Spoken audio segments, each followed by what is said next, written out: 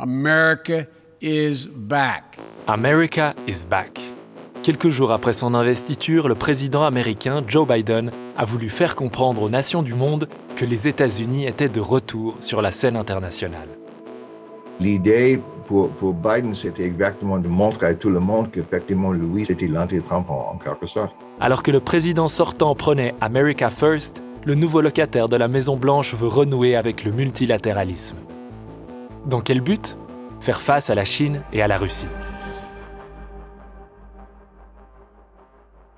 La nouvelle diplomatie de Biden se veut avant tout comme une rupture avec la politique de son prédécesseur.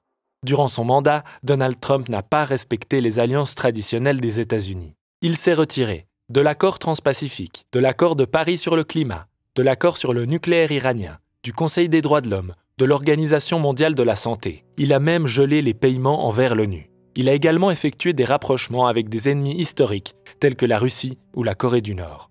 Ça passait d'une part par un harcèlement continuel de la part des alliés, par exemple, pour les pousser à contribuer, entre guillemets, de plus du point de vue de dépenses militaires. Également, ça passait par l'imposition unilatérale des droits de douane pour certains types de commerce. Également, ça passait par une politique qui vacillait entre l'amitié et d'autre part, donc, contre des conflits avec des pays comme la Chine, par exemple. Joe Biden veut marquer la différence avec son prédécesseur en revitalisant les anciennes alliances dans l'objectif de créer un front commun face à la Chine et à la Russie.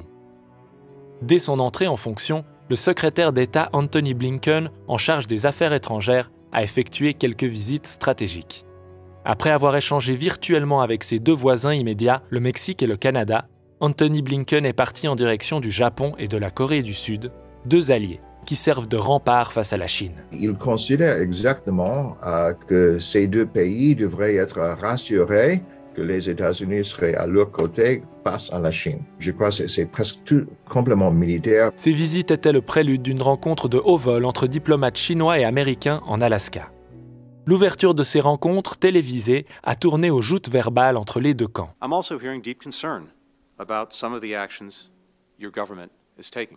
C'était presque écrit d'avance comme un scénario en Hollywood. C'était délibérément fait par Blinken comme façon de dire « OK, America is back » et de rassurer les gens qui autrement auraient peur que l'administration Biden serait trop mou. Okay? Le secrétaire d'État est ensuite allé en Europe pour réaffirmer son engagement envers les membres de l'OTAN, l'organisation militaire la plus puissante du monde. L'objectif ici est de contrer la puissance russe, qui pourrait étendre son influence en Europe avec la construction d'un gazoduc. C'est pour marquer également la nouvelle posture des États-Unis face à la Russie que Joe Biden a traité son homologue russe de tueur. You know Vladimir Putin, you think he's a killer? Mm-hmm. I do. So what price must he pay?